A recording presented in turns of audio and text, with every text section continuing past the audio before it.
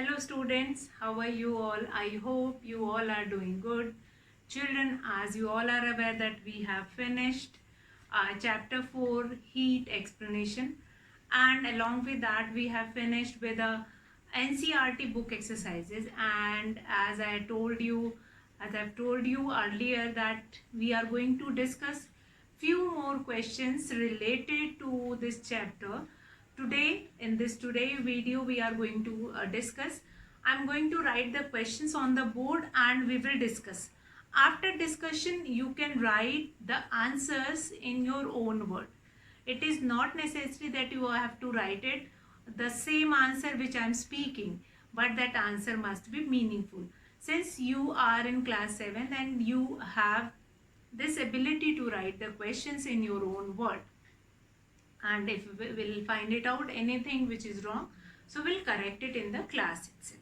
So children, first of all, I'll start with some of the introductory questions or some of the revision recapitulation. I'm going to do it with the chapter, and then we'll come to the extra questions.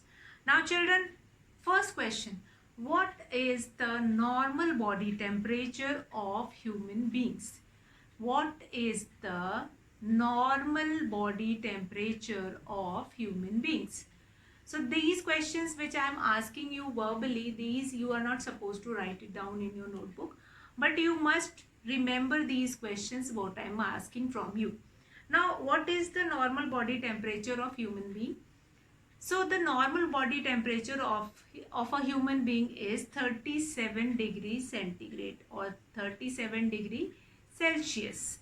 Fine, 37 degrees Celsius. But if it is asked in Fahrenheit, then that is 98.6 degree Fahrenheit.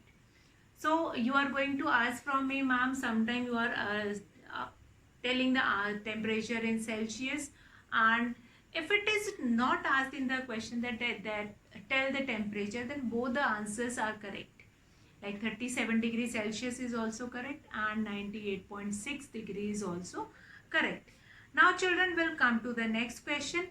In a thermal power plant or station, the type of energy transformed into electrical energy is.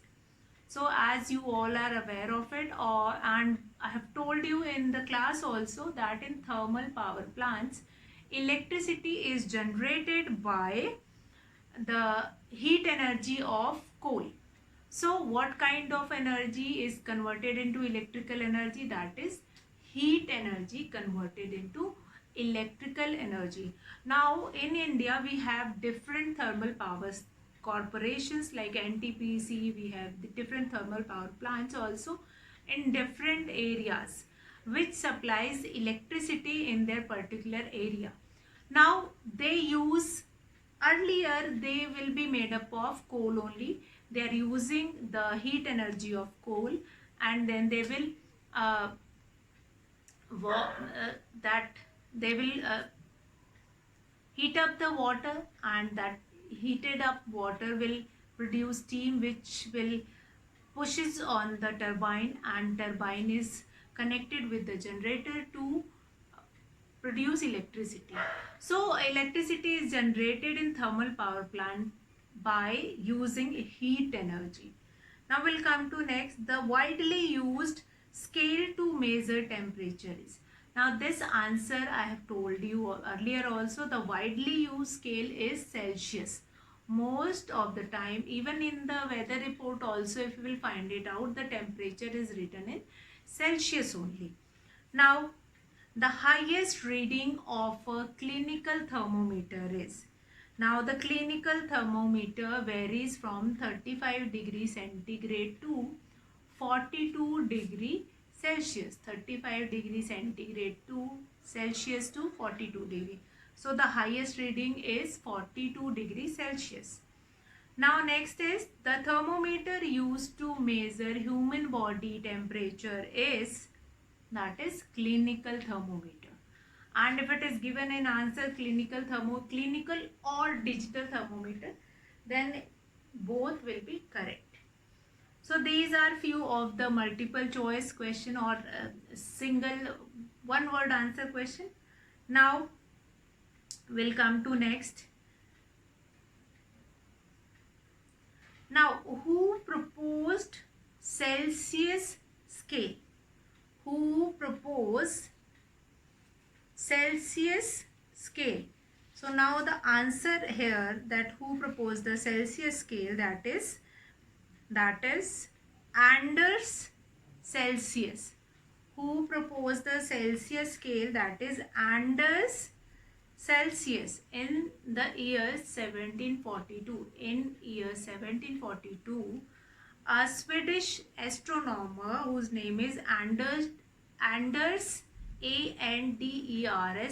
Celsius, he proposed that Celsius scale. And in the year 1714, a German physicist Gabriel Fahrenheit has proposed this Fahrenheit scale.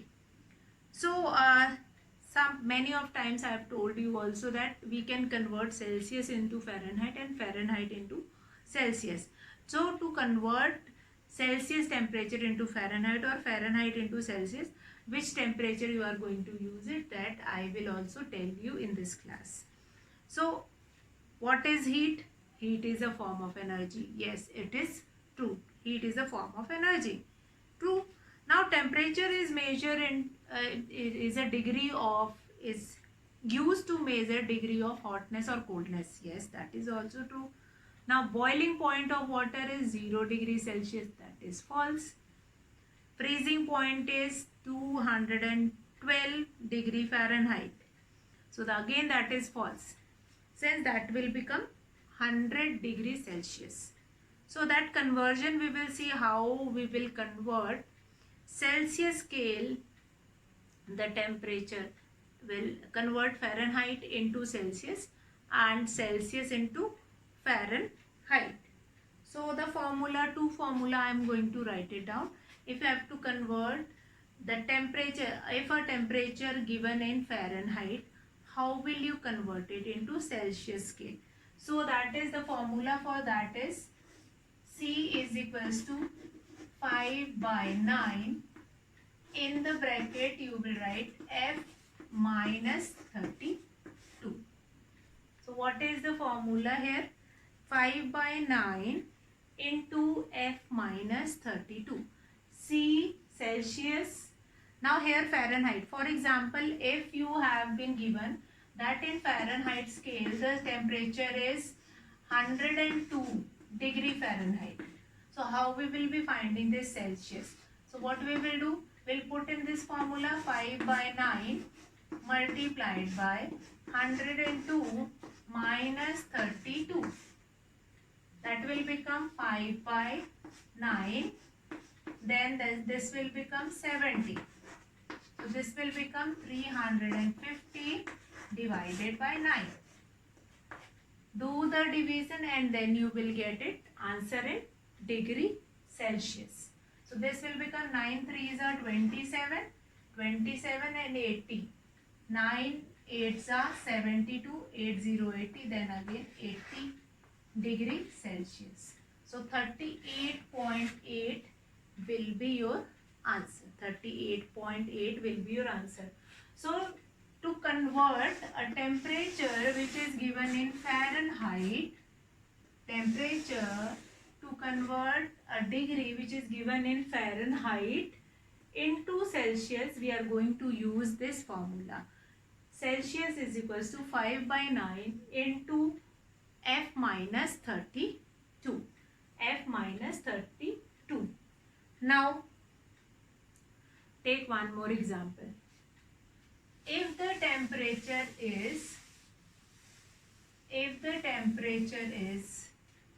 we can take any temperature. If we can take the temperature, Fahrenheit is 98. So 98 degree Fahrenheit. So we'll put in this formula 5/9 multiplied by 98 minus 32. So this will become 5/9. 98 minus 32. 8 minus 2 6. 9 minus 3 6. So this will become 5 6 are 30, 3, 5 6 are 30, 33. 330 divided by 9. Again, do the division. And this will become 9 1s are 9, 9 3s are 27, 60, 9, 9 6 are 54, 60 and 36.6 degree Celsius. 36.6 degree Celsius. So this is the formula to convert if a temperature is given in Fahrenheit. If a temperature is given in Fahrenheit, you just put that temperature here and then minus 32 and then multiply by 5 by 9. Fine. So now we'll come to next. Next is, if you have been given a temperature is given in Celsius and you have to convert it into Fahrenheit. So what you will do it, what will be the formula? Then we will write Fahrenheit is equals to 9 by 5 multiplied by C plus 32. 9 by 5 multiplied by C plus 32. Now this C will multiplied by 9 by 5 first. Then 32 will be added in total. This 9 by 5 will multiplied by C. Now here we'll take the example. Now here Celsius in Celsius scale, in C is given here 40. So put this formula, put this value here in this question. So this will become 9 by 5 multiplied by 40 plus 32. This will become 5 1s are 5, 5 8s are 40. 9 8s are 72 plus 32. This will become 104 degree Fahrenheit. This answer you will be getting in degree Fahrenheit. 5 1s are 5, 5 8s are 40. Now this 8 will multiplied by 9. 9 8s are 72 plus 32. This will become 104 degree Fahrenheit. Now this second formula, this Fahrenheit is equals to 9 by 5 multiplied by C plus 32. Write down these two formula where you have written the notes. Notes of this chapter, there only you will write it down, these two formula. These two formulas are very important to do conversion from one temperature into another temperature. One temperature which is given in degree Celsius and other which is given in Fahrenheit. So that conversion you can do it quite easily by using this formula. Now here, like we have taken 40 as a temperature, so we can take another temperature. And if C is given here, our body temperature we can take it. Our body temperature will take it. C is 38, we can take it 35. Okay. Now what is Fahrenheit here? This will become 9 by 5 multiplied by 35 plus 32. This will become 5 1s are 5, 5 7s are 35. 7 9s are, that will become 63 plus 32. This will become 3 plus 2 5, 6 plus 3 9, 9. 95 degree Fahrenheit. 95 degree Fahrenheit. You can see this, that the temperature which is 35 only in degree Celsius, that will become 95 in degree Fahrenheit. So these two formulas are very important, and these two formula only help you to do the conversion. The conversion is very important, and these two formula will help you to do it. So you just write it down, these two formula where you have written the notes. C 5 by 9 multiplied by F minus 32. Here you can subtract 32 from F and then can be multiplied by 5 by 9. Now here F is 9 by 5 multiplied by C plus 32. Now children, will come to the question. So I'll write the question and then you will write the same question in your notebook. And you can write the answers. Answers we are going to discuss. Now the very first question is,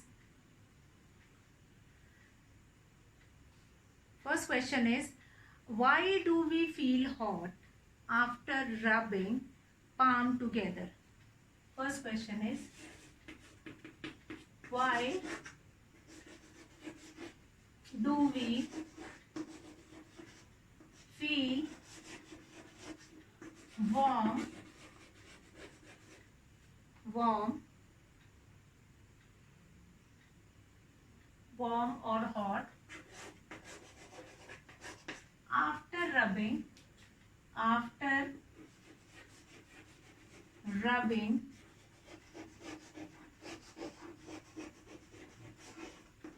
after rubbing palm together, palm together.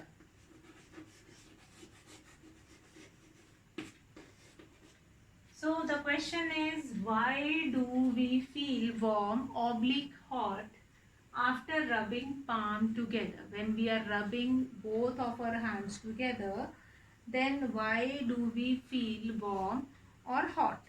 So what is the answer to this question is, when you rub your palm. So this thing we will be doing in yoga also. We are rubbing both of the hands together. So when you rub your palm, the mechanical energy of your body is changed into heat energy.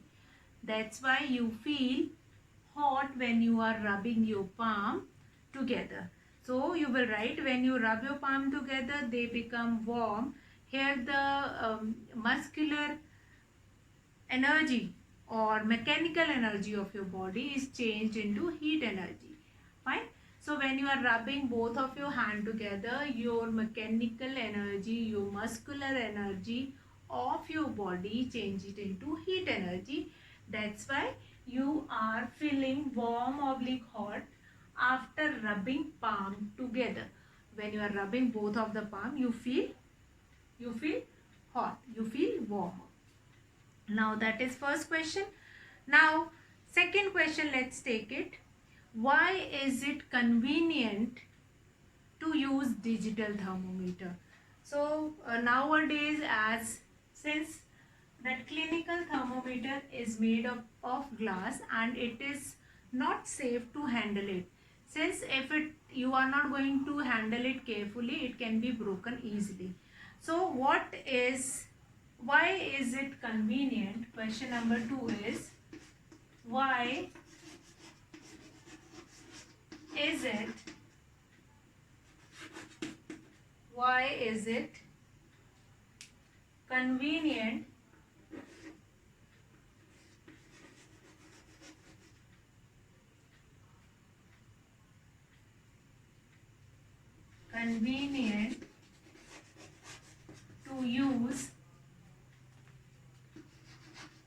convenient to use digital thermometer?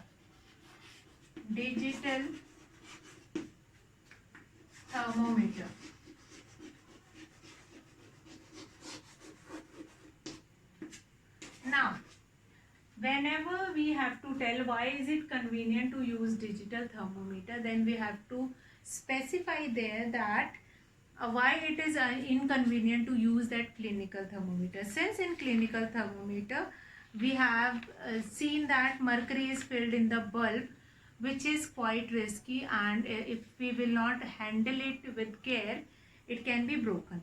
So when we will be using this digital thermometer, so digital thermometer are easy to use. Why it is easy to use? Since it does not have mercury inside it and it cannot be broken, since the temperature is measured by the sensors.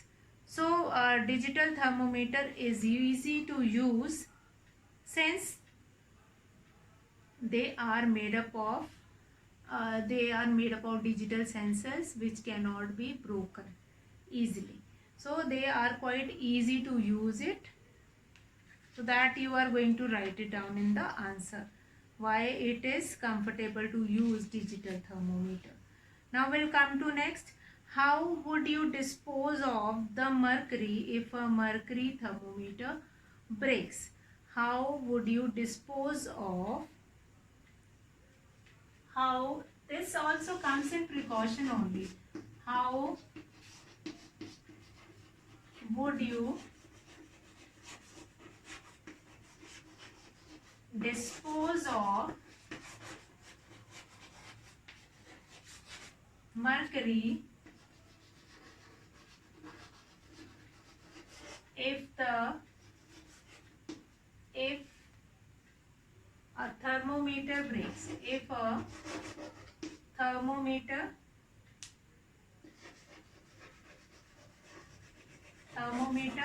breaks, that how will you dispose of, means how will you throw it? You just simply throw it in the dustbin, but that is quite risky since mercury is poisonous also, that contains some extent to poison also. So if that mercury is eaten by anybody, any human being or any, no, human being will not eat it, if it is eaten by any animal also, so they can die, and it is not disposed in the air. It cannot be, it is not biodegradable that it can be disposed of easily. So how you are going to dispose it? How you are going to dispose it? So that is there in the precautions. If the thermometer falls or breaks while giving jerks and the mercury spills in the form of small droplet, then take a small ball of kneaded wheat flour. Find kneaded wheat flour, a small ball of that you are going to take it and roll it over the mercury droplets to pick them off. Put this contaminated wheat flour ball in a polythene bag. Tie a knot tightly and hand it over to your nearest pharmacy to dispose it of. So what are the precautions if that thermometer breaks? That first is what? That if by mistake that thermometer falls from your hand and breaks, and that mercury which is filled inside the bulb, it will flows out, or it will be spread on the surface, on the floor.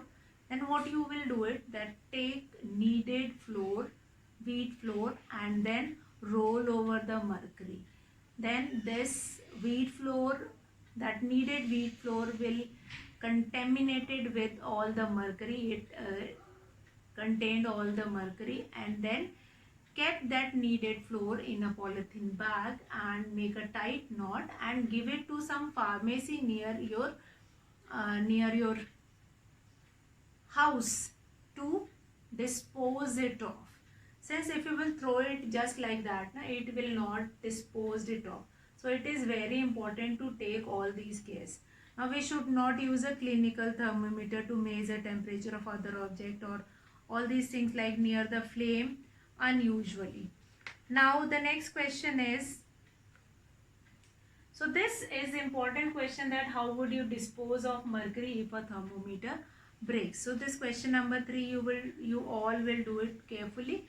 Now already we have done many things in your, it is given in your book that what all precautions we should take it while handling clinical thermometer and laboratory thermometer. So those precautions also you are going to write it. So that we are going to write it. So you will write it, describe the structure of clinical thermometer and how is it used. Give precaution to be taken to use a clinical thermometer also. So some of the questions I am going to write it, whose answer you all can find it out yourself and then you can write it. What is the structure of thermometer, that we will mention here, and then we will mention here that how you will write that. Now question number 4, describe the structure of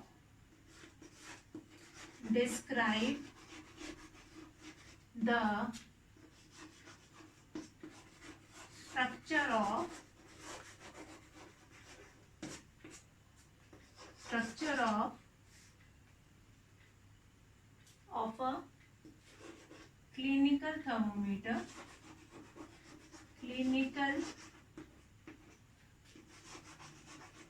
thermometer, question mark, how it is used, how it is used, and then give precautions, give precautions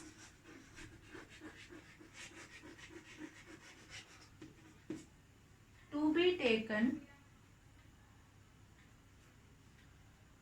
to be taken, to be taken while using it, to be taken while using it, while using it. So same question you are going to write it with both. Describe the structure of clinical thermometer as well as laboratory thermometer also. Question number 5, describe the structure of laboratory thermometer, how you will use it, and describe the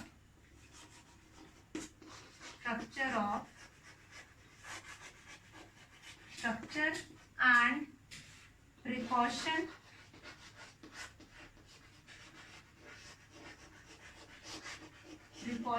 of laboratory thermometer. Laboratory thermometer. So both you are going to write it. First is that is related to clinical thermometer, and the second describe the structure and precautions of laboratory thermometer. Both are important questions, and both these questions you are going to write it down in your copy. This question number 4, that is describe the structure of a clinical thermometer, how it is used, give precautions to be taken while using it. Then question number 5, describe the structure and precautions of laboratory thermometer. Now in this, when you are doing these two questions, half of the things will be done. What all differences that is required, that will be done and all. So these few questions, today we have done 5 questions. Before that we have done some multiple choice and quick answers question also. So you will completed that also. Complete all these questions. These questions are related to all the concept which you have already studied. Now we have certain more questions like such kind of a mention the range of a laboratory thermometer. Such kind of a question can come in 1 mark, like minus 10 degrees Celsius to 110 degrees Celsius. What is the difference between the what is the difference between a clinical and a laboratory thermometer? That also you are going to write it. Then how we will what form of energy is transferred to an electric bulb? That I have already told you, that electrical energy of electricity is converted into heat and light energy in the electric bulb. Now tomorrow we are going to see few of the questions that is related to transfer of heat, and then we are going to write answers to those questions also, and we'll discuss, and then answers you can write it down yourself. So we'll discuss these questions, some more questions in online class also related to this chapter. So I hope today we have done conversion part, how we will convert the temperature which is given in Fahrenheit into Celsius, and the temperature which is given in Celsius scale into Fahrenheit. So remember that formula, and then you can convert it easily. You can convert it from Celsius scale to Fahrenheit, and Fahrenheit into Celsius, and that is quite common. One more unit of temperature is there, that is Kelvin. That is Kelvin, and where it is used in some reactions when we will be having more temperature, like the temperature is 400 Kelvin, 500 Kelvin, 600 Kelvin. So there we will be using Kelvin. So remember that also. So in the rest of the things we are going to do it in the next class. That's all for today, children. Have a good day.